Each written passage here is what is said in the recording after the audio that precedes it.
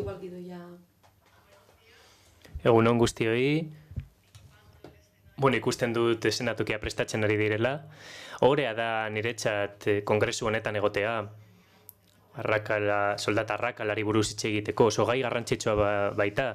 Eta azpimarratu nahiko nuke arrakala hitza oso ondo aukeratua den hitza dela. Distantziari buruz hitz egiten dugunean, ez dakigu zerbait ona edo txarra den, gap ingelesez, ezta? Ez digu adierazpen nik ematen definizioaren dagokionez. Baina, bueno, arrakala hitzak ñabardura berezi bat ematen dio, mina ematen duen zerbait da. Garrantzitsua den zerbait da, eta ñabardura hori apurtuaren kontzeptua hartzen du gain, ezta? Orduan oso garrantzitsua da hitzak ondo aukeratzea gauzak aipatzeko. Hoiek izan ere gakoak ematen baitigute gauzak konpontzeko. Gainera, arrakala terminoa ere erabiltzen da arrakala irekitzeko esapidean. Eta esapide horrek asko zerikusia du, emakumei bidea irekitzen dieten pertsonei eta baita kontzientzia duten gizonei ere. Kontzeptu hori askotan erabiltzen da, arrakalan egotea esapidean ere, termino hori erabiltzen dugu, saltzeko zenbat eta zein gogor lan egiten dugun gauzak ondo ateratzeko. Beraz, gustuko dudan terminoa da, oso ondo deskribatzen baitu gure gaurko gaia. Kongresu hauetara gonbidatzen dautenean, askotan hitz egiten dugu kontu honetaz, idatzi duen liburuagatik ere, emakume exekutiboi buruz hitz egiten dugu, emakume aske diren emakumeez, eta, bueno, ni gaur zuriz jantzitenago ardi beltza bait naiz askotan, ezta, estereotipo hori kentzeko. Esaten dut ardi beltza naizela, emakumei buruz hitz egiten dudanean, emakume liderrak aipatzen ditudanean eta eszenatokira igotzen direnean, berdintasuna esaten dute, nik ez dut inoiz ezberdintasunik izan emakume izategatik. Begira nola iritsi naizen, ez dut ezberdintasunik izan, ez dut diskriminaziorik jaso eta gero banoani eta esaten dut, oraindik badaude kultura sesgo handiak eta jendeak ezetz esaten du buruarekin. Beraz gaur, hau askoz hobeto azaltzeko, erraminta hau ekarri dut, utzi egin didate, uste dut etxera eramango dudala, oso lagungarria izango zaidala. Egia esan, saiatuko naiz igotzen, bai? Eskailera honek gure ibilbide profesionala representatzen du. Ni lehen pausoan banago, igo banaiteke, nahi dudan tokirantz, horrek sentsazio bat ematen du. Ezberdintasunik ez dagoela, alegia. Ez dago igotzea eragozten didan inor. Hori zerikusia du gure legeekin, legearen aurrean lortu dugu, emakumeek lan egin ahal izatea, ikasi ahal izatea, soldata bat eta dirua izan ahal izatea, aurkezleak lehen esan duen bezala, eta gure sentsazioa da diskriminaziorik ez dagoela. Baina lege horrek ez digu azaltzen zeintzuk izango diren baldintza horiek, nola igoko dugun eskailera hori alegia. Zeintzuk izan dingo diren ondorioak, eta horri buruz hitz egin nahiko nizuek gaur, hori garatu nahiko nuke zuekin guztiekin. Oso garrantzitsua da akatsei buruz hitz egitea, eta akats garrantzitsu bat dago gai hau balorakoratzean eta gure egoera lan munduan baloratzerakoan. Ez dugu soilik gure banakako esperientzia baloratzen. Lehenengo pausoan baldin bagaude igota eta ikuspegia ikusten badugu nolakoak diren beste eskailera guztiak, ikusiko dugu gure eskailerak ez duela zer ikusirik beste eskailera batzuekin. Gure eskailerak nahiko pauso ditu, beste batzuek ez dituzte hainbeste, eskailera batzuk zailagoak dira, gogorragoak, batzutan eskailera bat igotzea beste bat igotzea, baina asko ere zailagoa da, nola dauden pausoiek, zein forma daukan eskailerak, ezta, ikusi nolakoa den hau, barraskilo eskailerak, ezta, aipa ditzakegu horiek amesgaiztoa dira. Emakume askok esfortzu handia egin behar dute barraskilo eskailera horiek igota, eta esfortzu handia egiten dute, eta nekatzen dira, eta esaten dute, begira, hau ez da niretzat. Oso zaila delako, oso prozesu gogorra. Konturatu behar gara baita, pertsona batzuentzat eskailera mekanikoak ere badaudela. Eta horiek oso erraz igotzen direla. Orduan, ikuspegia edatu egin behar dugu, eta ikusi behar dugu nolakoak diren eskailera ezberdinak lan ibilbide ezberdinetan. Gainera ikus dezakegu, eskailerak igotzerakoan ondo ekipatuta gauden. Zein ekipamendu daukagu eskailerak igotzeko? Badugu eskalade egiteko ekipamendua, baditugu takoi deserosoak. Horrez gain, ikus dezakegu, eskailera ondo helduta badagoen lurrera. Badirude baietz, baina, konprobatu behar dugu. Igotzen saiatzen ezinan, baliteke ezbeharrak egotea edo istripua gertatzea. Baliteke pixu asko edo samandia eraman behar izatea gainean eskailerak igotzerakoan. Baliteke heltzea posible izatea. Galdera hori egin behar diogu geure buruari, heldu alnaz, igotzeko, edo etxea zaindu behar dut, edo beste hainbat kontu ditut, seme alabak eta beraz bat den aldi berean egitea, zaila izango da, oso zaila izango da igotzea egoera horretan. Testo ingurua kontuan hartuta, dena analizatu behar da. Ikusi behar dugu nolakoa den igoera hori. Uste dut erabiltzen den metodo batzuetariko bat dela ikustea ea bakarrik gauden leku horietan. Zenbat emakume iritsi gara ni nagoen leku honetara. Oso gutxi bagara, horrek esan nahi du arrazoi bat dagoela hori gertatzeko. Argi dago oso talentu handia daukagula, profesional handiak garela, baina gure emakume lankideak iritsi ez badira, zer gertatu da? Zerbait, ezta? Egia da gutariko asko pizka bat gorago igotzen hasi ginela, beste emakume batzuekin konparatuta. Adibidez, gure gurasoek laguntza eman badigute, karrera bat ordaindu badigute, ikasketak ordaindu badizkigute, edo azalarekin diskriminazioa jasotzen ez badugu, edo gure pisuagatik, edo gure asentuagatik, orduan gure goera errazagoa izango da, baita eskubide zehatz batzuk dituen herrialdean jaiotzen bagara ere. Orduan, esan behar da emakume guztiok ez direla puntu berdinetik hasten eskailerak igotzerakoan. Kontuan hartzen ez baditugu beste esperientzia batzuk, ez dakigu, ni gizona banintz, ordainduko ninduketen gehiago, edo ez. Nire ibilbide profesionalan zehar horrek ezberdintasun erraldoia suposatu du dezake. Ezin jakin zer gertatuko litzateken gizona izan banintz. Beraz, os argi dago gaizki dagoela esatea, nik ez dut diskriminazio jaso emakume izateagatik, eta ulertu behar da, batzuk iritsi ez badira, oztopoak egon direlako dela.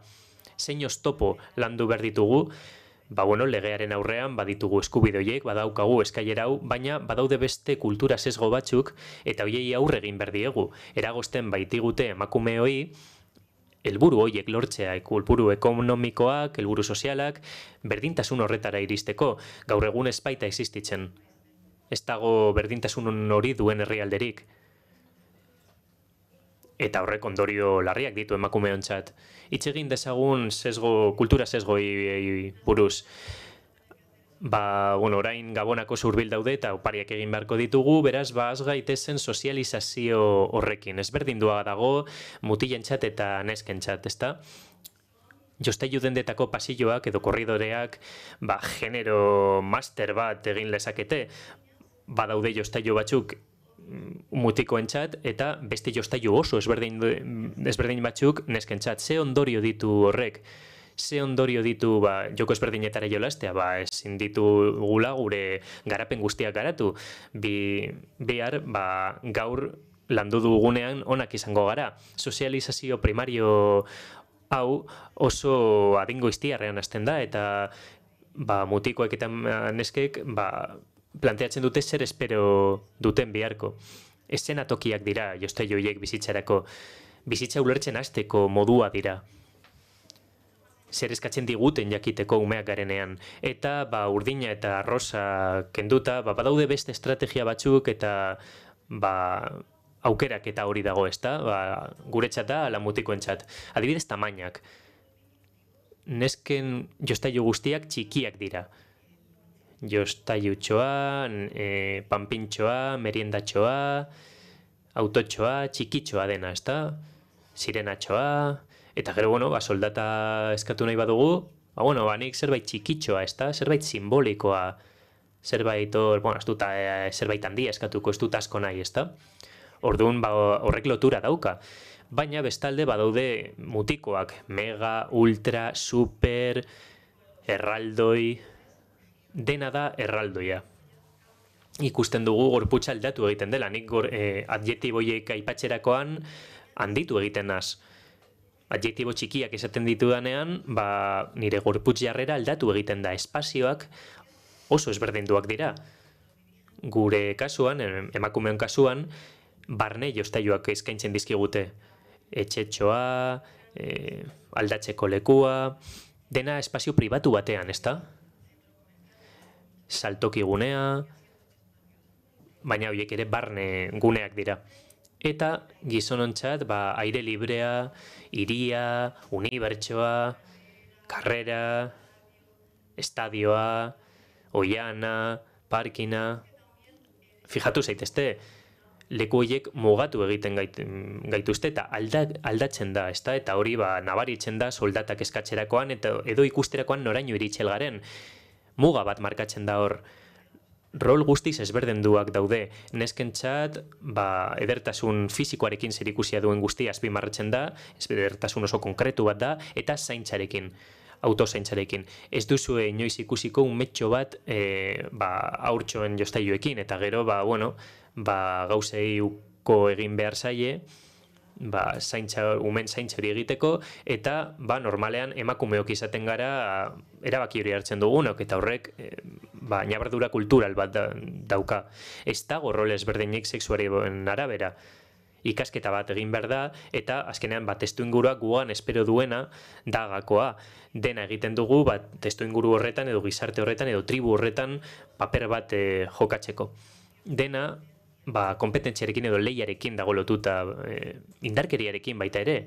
Zein helburu dauka, guk adibidez, lehia dagoen jokoetara ez jolastea, gero gure eguneroko bizitzan, lehia hori ekiditu egiten dugula. Izan ere, ez gaude ohituta lehi egoera horretan gure burua kokatzen. Eta zein helburu dauka, umeek panpinekin ez jolastea, badago ikerketa bat, eta horren arabera, mutikoek barbiekin ez jolasteak euren empatia ez garatzea daramala lotuta. Guk ordea, tea jartzen genuen, panpintxoekin, eta esaten genuen, Kristina, zer modu zure eguna? Nekatuta zaude? Zer nahi duzu? Tesuria? Batori, tesuria. Eta kontuz, erretzen baituteak. Eta horrek, gure empatia gararaztea ekartzen du. Beste pertsonaren edo panpinaren azalean jartzen zara.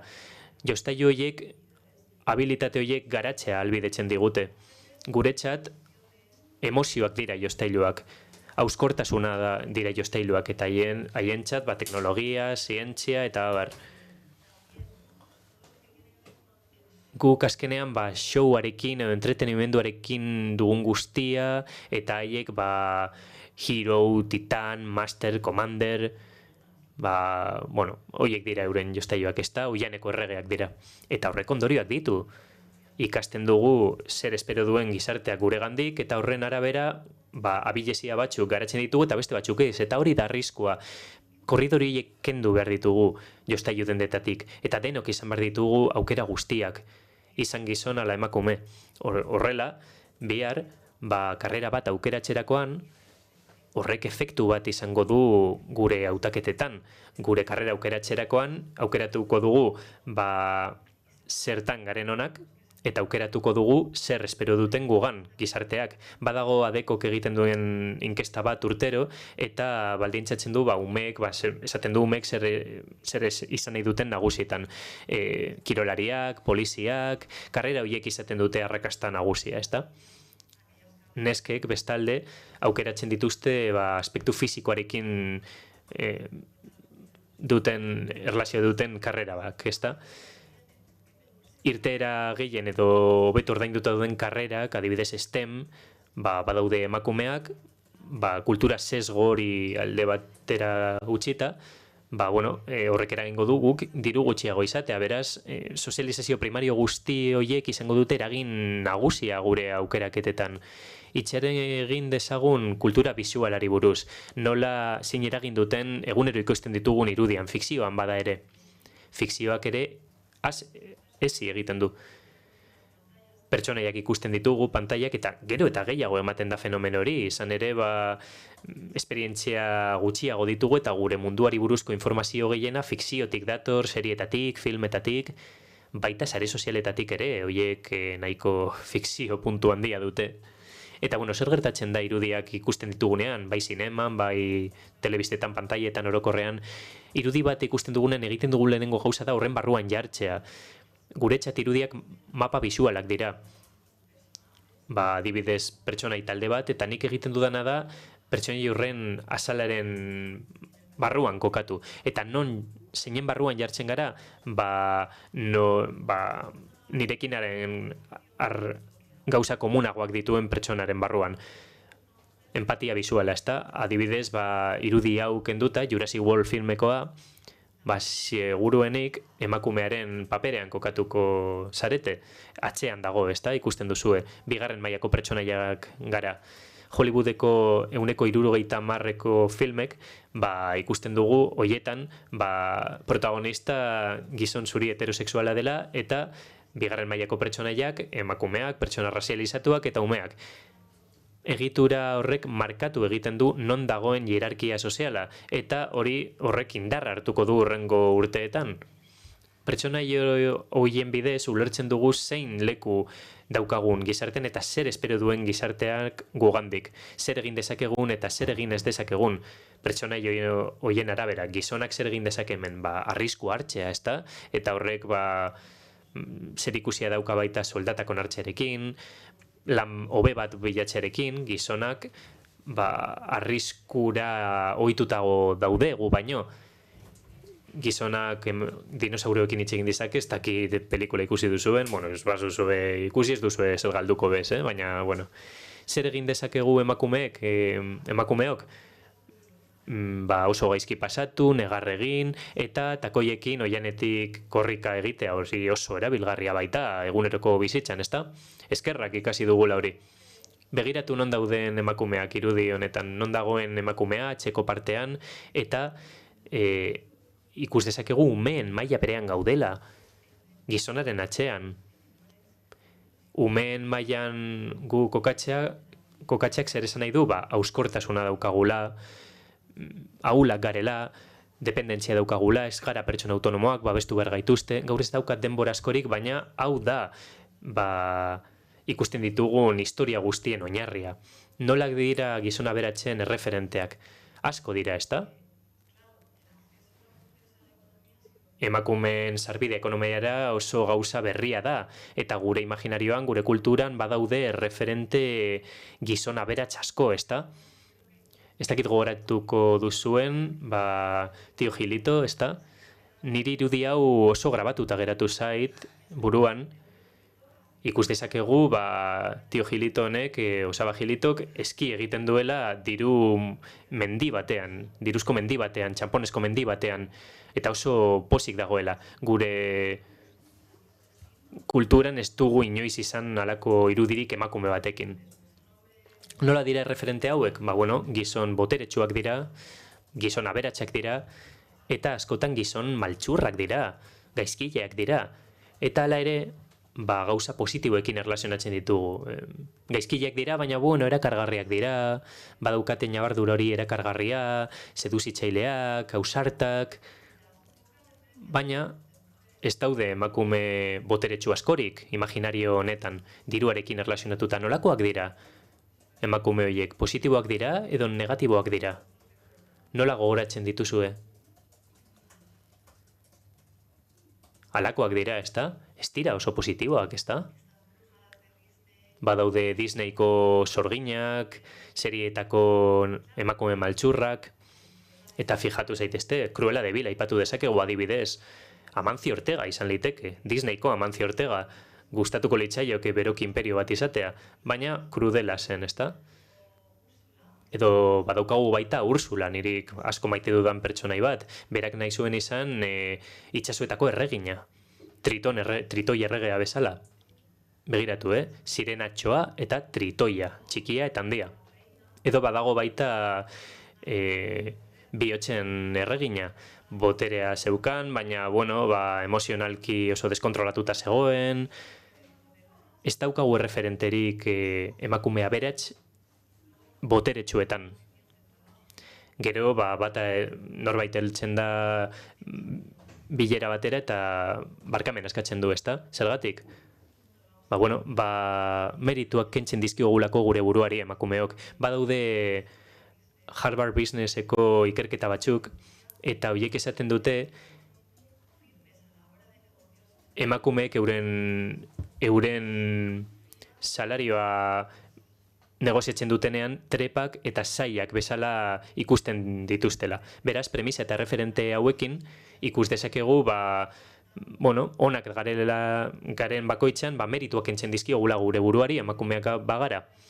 Askotan gertatzen da, publikoan hitz egiterakoan emakumeek barkamen eskatzen dutela. Barkatu, pixka bat urdurinago, jende asko dago, hau gehiegi da niretzat, eta beti barkamen eskatzen dugu, merituak kentzen diogu gure buruari, eta emakumeen kurrikulumak irakurtzerakoan, badirudi, hau askotan gertatzen da, badirudi askotan kurrikulumak mozten direla. Ella ezagutzen duzue, berak hitz egin dezala, ez dugu aurkeztu behar, eta emakumeok egiten dugula, lasai, utzi, ez da beharrezkoa merituak kentzen dizkiogu gure buruari, ikasi dugulako horrek penalizatzen gaituela.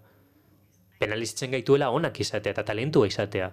Kontu zibili behar dugula, talentua duten emakumeekin, hori dirudi. Eta nik ariketatxo bat planteatu nahi dut, onartzerakoan hori alakoa dela. Ez, sortea izan da, ez da inbesterako izan.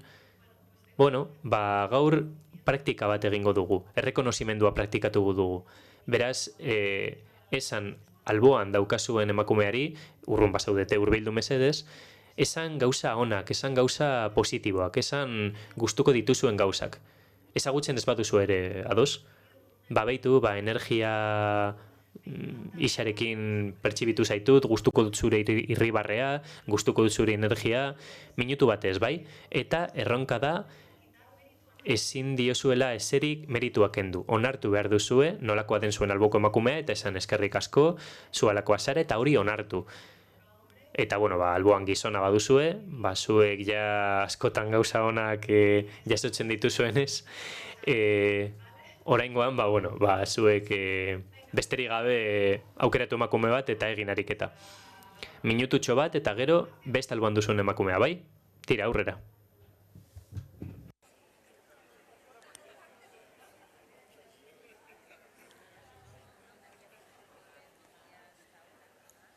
Las posturas corporales también... Gorputzaren jarrera ere irekia, bai? Ez egon hor uzkurtuta, ireki gorputz jarrera, bai?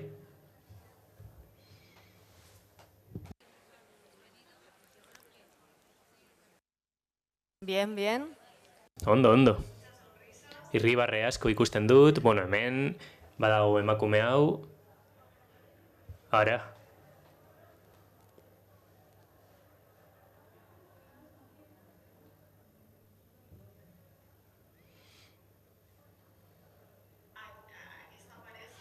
Hemen badago bikote bat, ezta? Baina tira esan gauza honak. Gauza hon gehiago. Gauza hon pila bat atera daitezke. Minutu batez, bai? Tira orain, alda dezagun alboan daukazuen beste emakumera. Piropoak esan dituenak orain jaso ditzala. Eta alderantziz.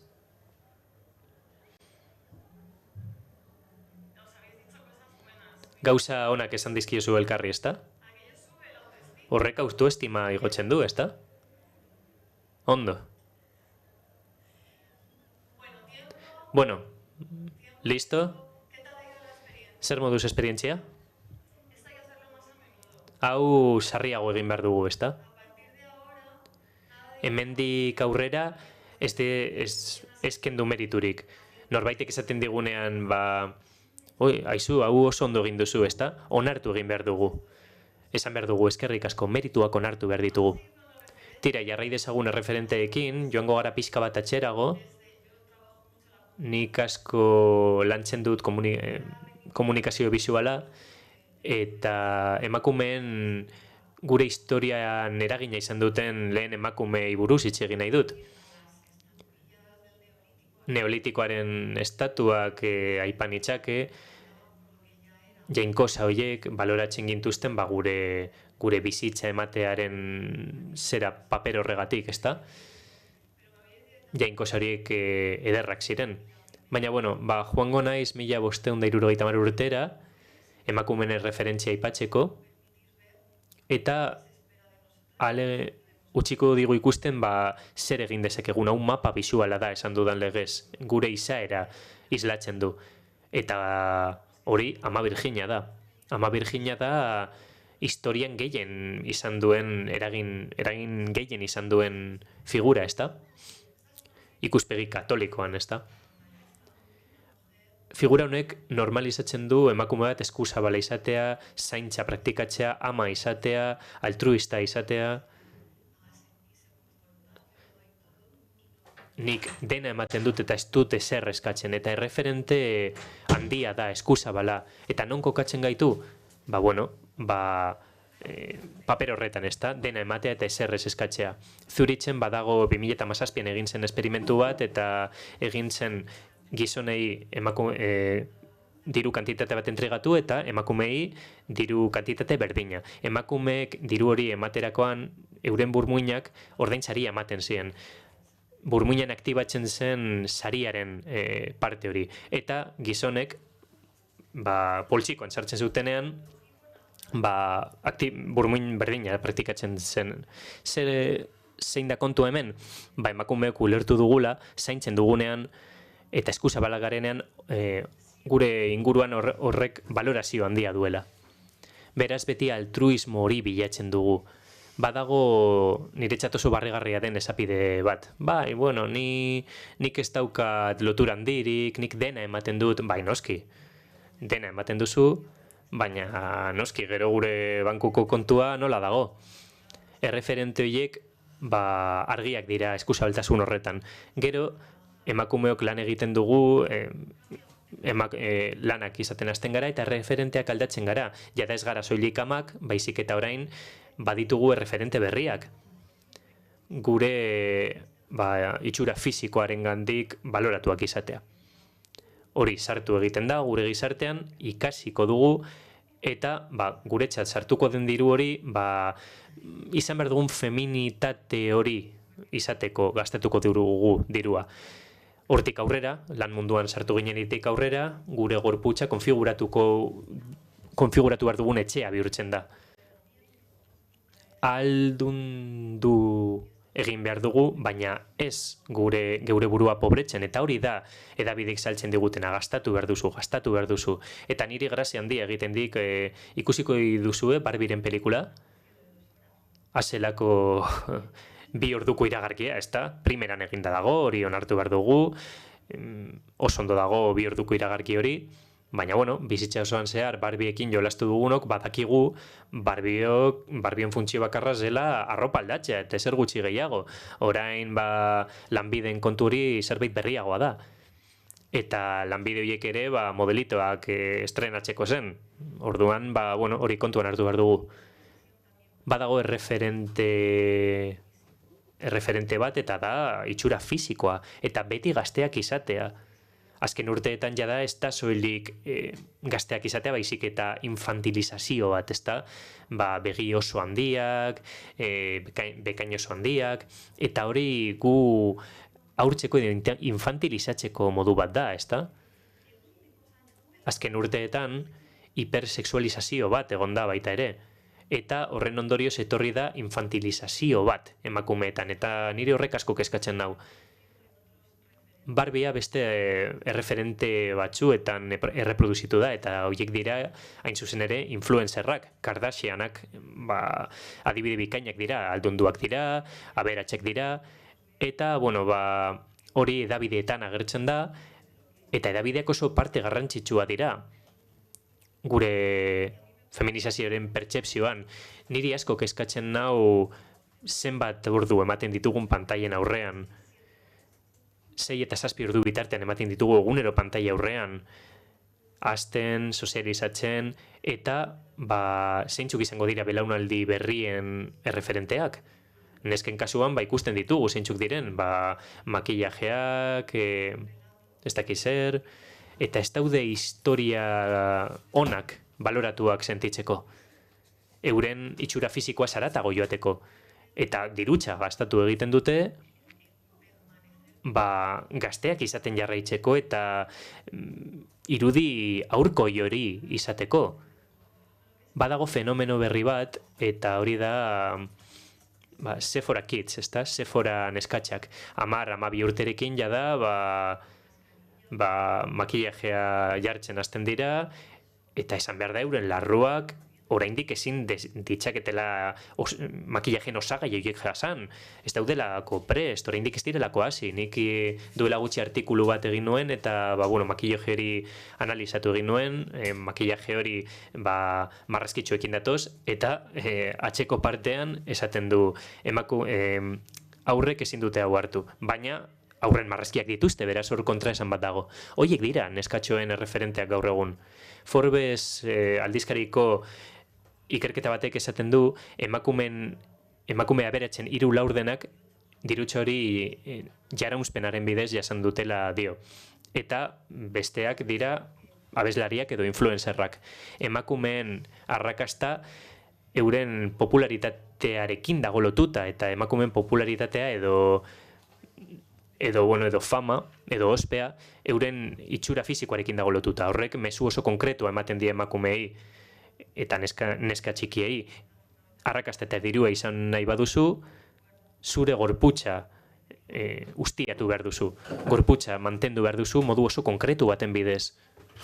Eta ikusten ditugu erreferente hauek, ez da doku-realitiek, emakume ospetsuen doku-realitiak, horiek elementu infantilizazio, elementu pila bat dituzte. Hitz egiterakoan, adibidez, oso oinarrizkoa da, haien zera hizkuntza, kaka pedokulo piz, holako xinplea, eta horrek ere eramaten gaitu, umekerien esparru horretara, ez da. Hau azal bat da, horietako batzuk ekarri ditut aurtengoa, El País semanaletik hartutakoa da hau. Nola deskribatuko zenukete hau? Ze ikusten duzue hor? Azteko ez daukagu zertan jakin orden, ez da, emakume bat dela bai, bizkarrez ikusten duguna, eta jartzen du la jefa lehia nagusia. Tira, hau edabide handi batean hartu zen, izenburu bat eta gorputz jakin bat oso deshumanizatua, aurpegirik ez diogu ikusten, beraz ez dago empatiarik sentitzeko aukerarik, objektu bihurtzen da hipersexualizatitatea eta deshumanizazioa. Modaren mundua, oso berezia da. Oso misoginoa da, dagoen misoginoetako bat, eta orain ze gustatzen zaigu, ez dakit erdi hilik agertzea emakume bat, lurrean bota. Eta duela urte batzuk, 8 urteko umei galdetu nien, nola ikusten duzue publizidadea marka ezagunenetan? Eta ikustazue ohituta ez gaudenean, gai garela indarkeria hori guztia ikusteko. Irudi hauetan dagoena.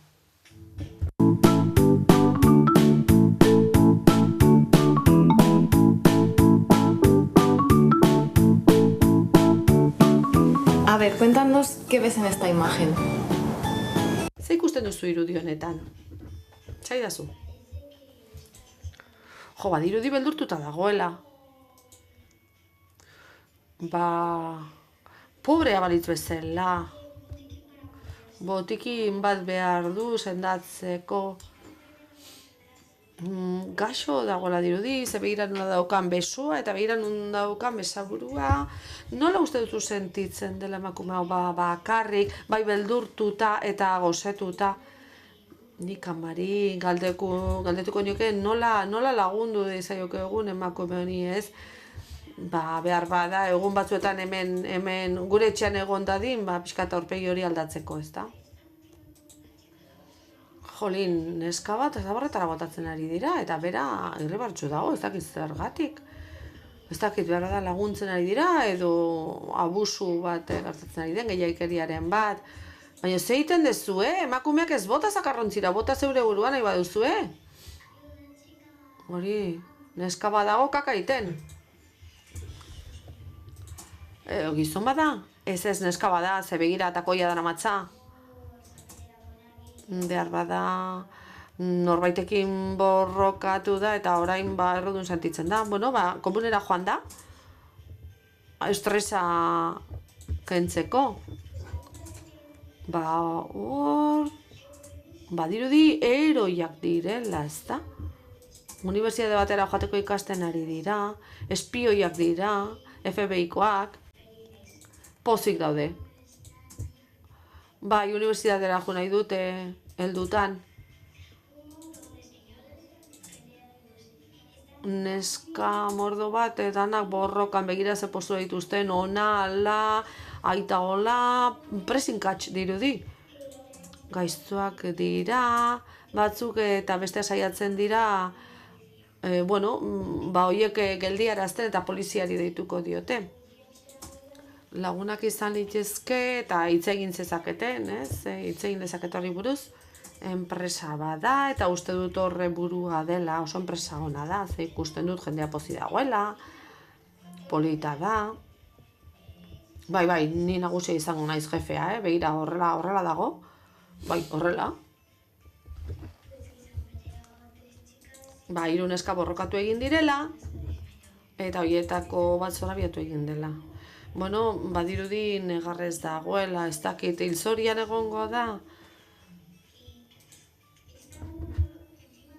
Hemen arroka baten gainean dago gizon bat, hemen neska bat, ez dakit, hola txiki egin da, lo dagoela dirudi, ez dakit pastilla bat hartuko zuen drogaren bat, edo horrelako zerbait, edo gaiztua izango da. Ez dakit superheroi bat ematen du honek. Zerbait pensatzen ari den superheroi bat, aldatzen ari zen eta aldi berean lurra garbitzen ari ziren. Ez lurra garbitu berriz egon eta kartela jarri gabe terori egin da. 2 neska hilda errepidean, furgoneta batek harrapatu dituelako. Ni egoera horretan banengo, eta hortik pasatuko banintz, lagundu egingo nieke, medikurera emango nitezke, bera horrela dago, begiak itxita, zora abiatuta edo hilda balego bezala, seguruna gozetuta dago, eta, hil liteke gainera. Animatzeko esango nioke eta tristez egoteko. Bueno, pues parece que... parece que vamos... Qué maravilla, Ze maravilla ez da. Ze derra. Ze begira da argia aurrena, neskamutikoena. Harrigarria da, ez nola proiektatzen duten, ikasi duten guztia, zergatik esatu duten vertikalean dagoen horbait eroi bat dela FBI-ko agente bat, zergatik, ikusten ditugun irudi horiei guztiei esker interpretatuko dugulako gero ikusiko dugun bezala. Horregatik da garrantzitsua ikusten dugun hori guztia, ez eta fikzioa izan. Zer ikusten dute emakume bat ikusten duen aurrean? Ikasi dudan guztia, emakume bat izateari buruzko guztia, eta gizon bat ikusten duenean berdin, gizoni buruz dakidan guztia. Horregatik oso garrantzitsua da kultura hori aldatzeko lan egitea, generoaren kultura hori, alborapenen genero edo mundu hori, kultura hori. Eta emakumei leku egitea ere oso garrantzitsua da. Eskailera hau utzi xamarra daukat eta erabili egingo dut. Ardura duzune postuetan zer egiten duzu, gizonen jokaera imitatu egiten duzu, eta horrek, altuerako gaitza ematen digu, ez bertigoa, zorabioa ekartzen digu. Ze ez dugu esan, baina gauza asko utzi behar ditugu lekuietara iristeko. Adibidez, gure familia bizitza, gure buru osasuna, gure ongizatea, proiektu asko egiteari, uko egin behar izaten diogu. horiek albo batera utzi behar ditugu ona iristeko. Baina botere kontzeptu hori ere landu behar dugu askoz humanoago izatiarragoa izan dadin, kontuan izango duena bizitza, zaintza eta bar. Ez soilik individualista baizik eta kolektiboa, gainerakoak ere kontuan hartuko dituena.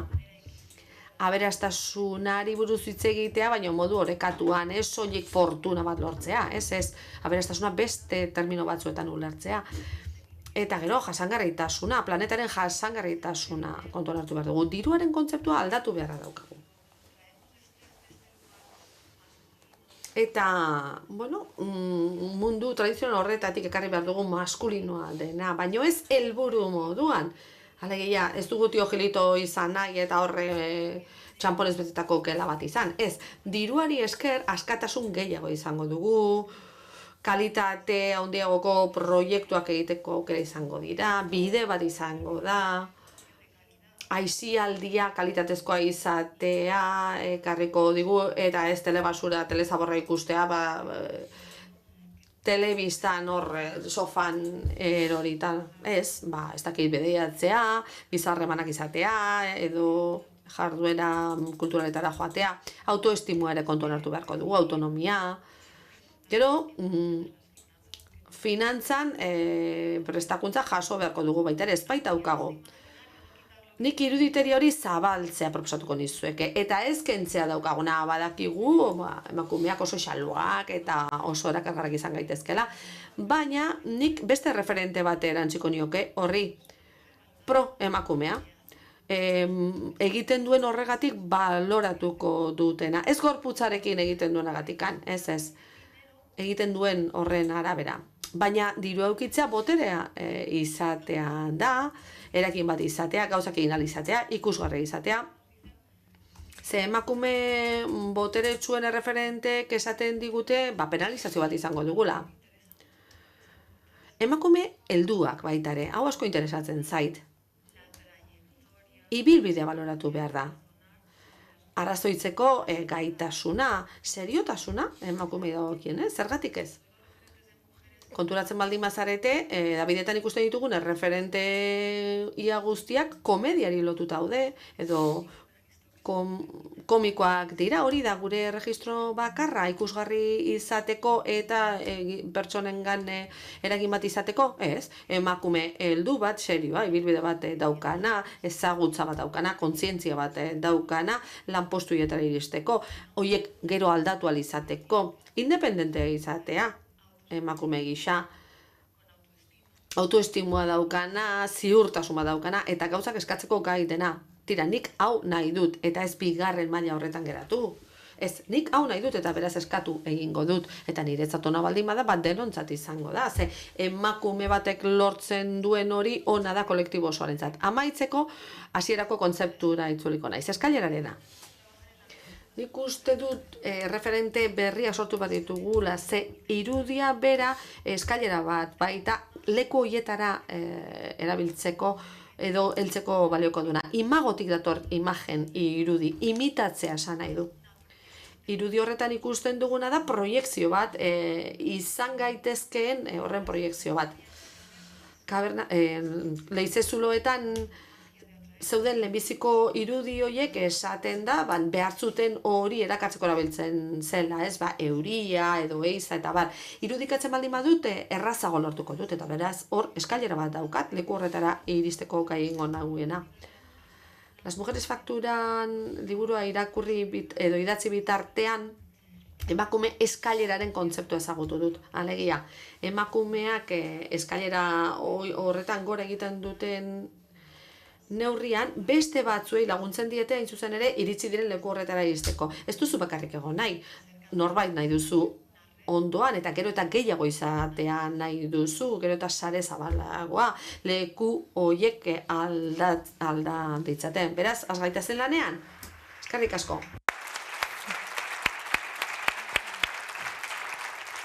Ese concepto es muy bonito. Kontzeptu hori oso polita da, ez? Emakume eskailerak gainera biltzar honetan, ez? Ze hemen batzeaz ari gara, ez da? Eta elkarri lagundu behar diogu, ez da? 2 minutu bat ditugu, inork horrelako aipamenen bat edo galderaren bat egin nahi baldin badio Yolandari. Mikrofono bat mesedez? Lehen hilera honetan. Sí, muy entretenido, ¿eh? Muchas gracias. Oso entretenigarria izan da, zure hitzaldia, eskerrik asko bai. Gracias. Eskerrik asko Yolanda. Umeena izan da, bueno, neskamutikoena izan da, bueno, ederra. Nik uste dute galdera bat baino gehiago, hausnarketarekin jarraitu nahi duguna, ez? Pantailan ikusi dugun hori oso ikusgarria da, oso bisuala da, oso ondo dago, eta horre pentsatzera eramaten gaitu. Gaur goizean irratian entzudan zerbait ekarri nuen hona, Latxus, Bronkanok, eta emango dituzte, kanpaikadak, ezta? La 2, la 1, eta eta ja hasi dira esaten lodi dagola, Latxus hori, ja nola eman ditzaken, kanpaikadak berak, eta bar. Eta norbaitek esan du, bueno, txikoteri buruz esan da horrelakorik, zenbat urte dara matza berak kanpaikadak ematen. Bueno, behar bada Pedrotxe ondoan zeukan, ezta? Eta orduan denokari begira geunden, ze soineko jarriko zuen egun horretan. Bueno, hori besterik ez, esatea, bueno, 2025 ekitear gaude eta oraindik horrela jarraitzen dugu. Horregatik oso ondo dago hori bisualizatu alizatea. Eskerrik asko, beraz, Bai, egia da. Arrazoi guztia duzu.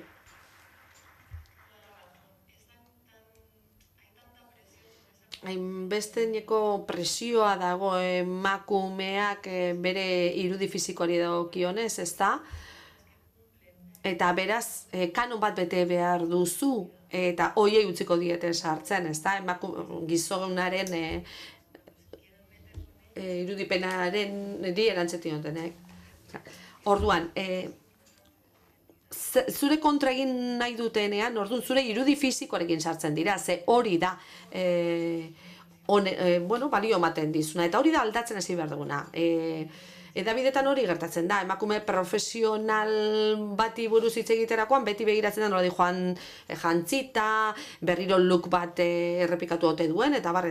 Bueno, hori da aldatu behar dena, ze ikusten dugun horretatik ikasten dugu etengabe, eta emakumeak dagokion zeregin profesional hori gainditu behar du, ez da, gorputz erakargarri horrena, hori da aldatu behar dena.